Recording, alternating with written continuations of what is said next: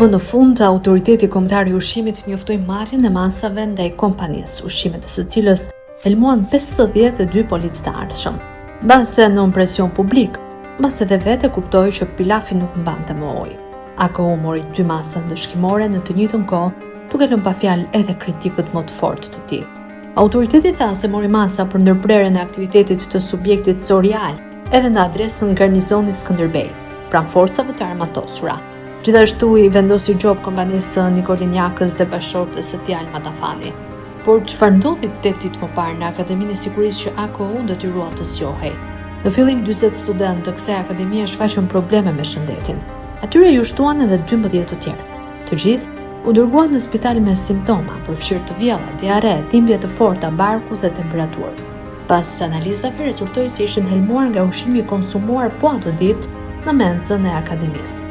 Kjo e fundit merr ushqim për studentët e saj përmes cateringut nga kompania Sorial, e cila për hir të së vërtetës ka kontrata me shumë institucione shtetërore, përfshirë edhe të SOMUR-ët të Nën Tereze në Tiranë. Llogariten mbi 22 miliard lekë të përfituara nga kjo kompani për gjatë viteve 2019-2026 vetëm për shërbime cateringu. Para e madhe apo jo? Kaq vite ju desh në AKU-s që më në fund të konstatonte shkelje serioze të higjienës në ambientet dhe pajisjet e bizneseve të Jakës dhe bashkëshortes së tij. Deri dje, AKU-s nuk i ftoi pilafi, siç thoshte populli ynë. Pra nuk i bëi fare vonë për denoncimet e shumta në adresë të Sorial. Vazhdonte të ignoronte duke vënë në rrezik shëndetin e të gjithëve ne. Megjithatë, rasti i helmimit të studentëve të Akademia e Sigurisë nuk ishte thjesht një incident ushqimor i izoluar.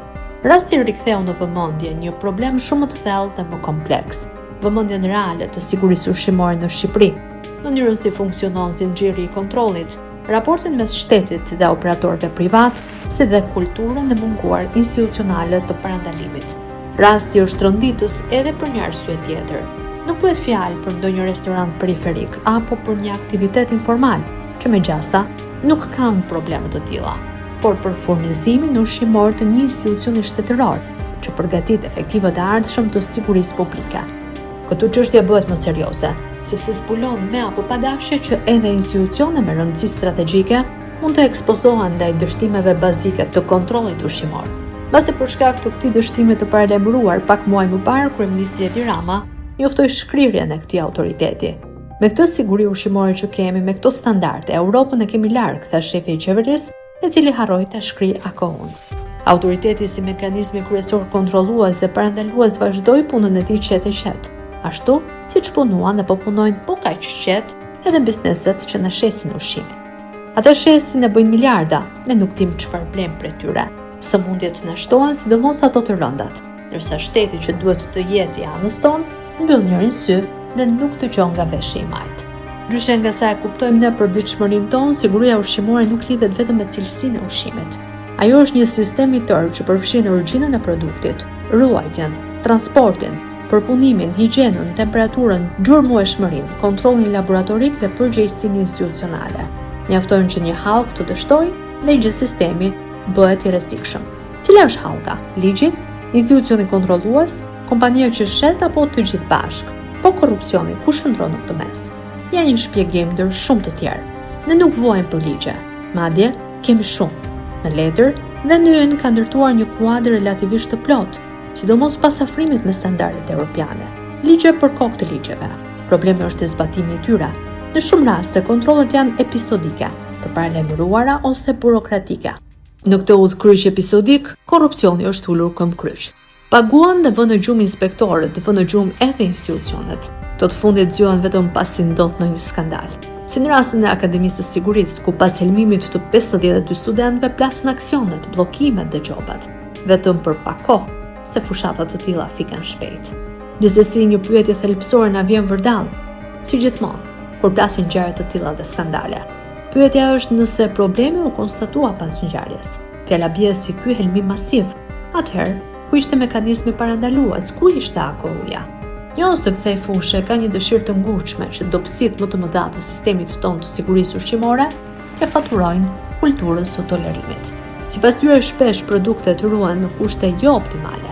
Zinxhiri frigoriferik ndërpritet, dokumentacioni plotësohet formalisht dhe kontrollet sanitare bëhen mekanikisht, ndërsa operatorët ekonomik fokusohen më shumë tek ulja e kostove se sa tek standardet. Në sektorin e cateringut ky rrezik është edhe më i madh, sepse ka prodhim masiv ushqimi. Sa më i madh volumi, aq më i madh potenciali për pasoja kolektive. Në një mend se repart ushtarak, konvikt apo institucion arsimor, një gabim i vogël mund të prek 10 ose 100 persona njëkohësisht. Për hir edhe të argumentit biem dakord me këtë shpjegim, që veç se teknik duket edhe shumë bindës, por pyetja, a koha ku është? Mbetet përsëri pa përgjigje. Do rikthehemi prapë te kjo pyetje, pasi edhe analiza mbi tenderimin publik nuk e shmang përgjegjësinë e institucioneve kontrolluese që në numër u kanë kaluar edhe ministrive. A ka vend për të përmirësuar modelin ekonomik të tenderimit publik? Shpesh kontratat për ushqimin fitohen kryesisht mbi bazën e çmimit më të ulët. Kjo sjell pasoja. Një çmim i ulët krijon presion të fortë për ulje kostosh. Sjell cilësi më të ulët të produkteve, redukton kushtet optimale për ruajtjen e tyre, redukton stafin ose punëson staf të pakualifikuar, bie numri i kontrolleve për cilësinë dhe freskinë e produkteve, e gjithashtu kompanitë e biznesit nuk investojnë mjaftueshëm në higjen apo teknologji. Nga ana tjetër, në teori, operatori duhet të plotësojë standarde të forta dhe procedura për gjurmimin. Mirëpo praktikisht shumë kompani funksionojnë me logjikën. Mjafton të kaloj kontrolli se të tjerat e zgjidh parajë. Madje vetë Akou, për rastin e akademisë, tha pa ju dritur qerpiku se kishte mungesë të plotë të sistemit të gjurmimit. Zot, ruaj shqiptarët. Situata bëhet edhe më e rëndë kur kupton se zinxhiri kontrollues dhe parandalues për sigurinë ushqimore përfshin disa institucione të tjera, që nuk është dëgjuar sëri deri më sot. Përveç Akous është edhe Instituti i Shëndetit Publik, Pushteti Vendor, laboratorët shtetëror, doganët dhe organet hetimore. Qartësi mes tyre mungon koordinimi dhe bashkëpunime. Ndryshe nuk shpjegohet pse, pas çdo skandali ne shqiptarët jemi skeptik për çdo produkt që blejmë dhe konsumojmë, madje edhe për etiketat e tyre. Besimi po na bie dita ditës dhe pyetjet në shfaqjen të shumta si kërpudhat pas shiut.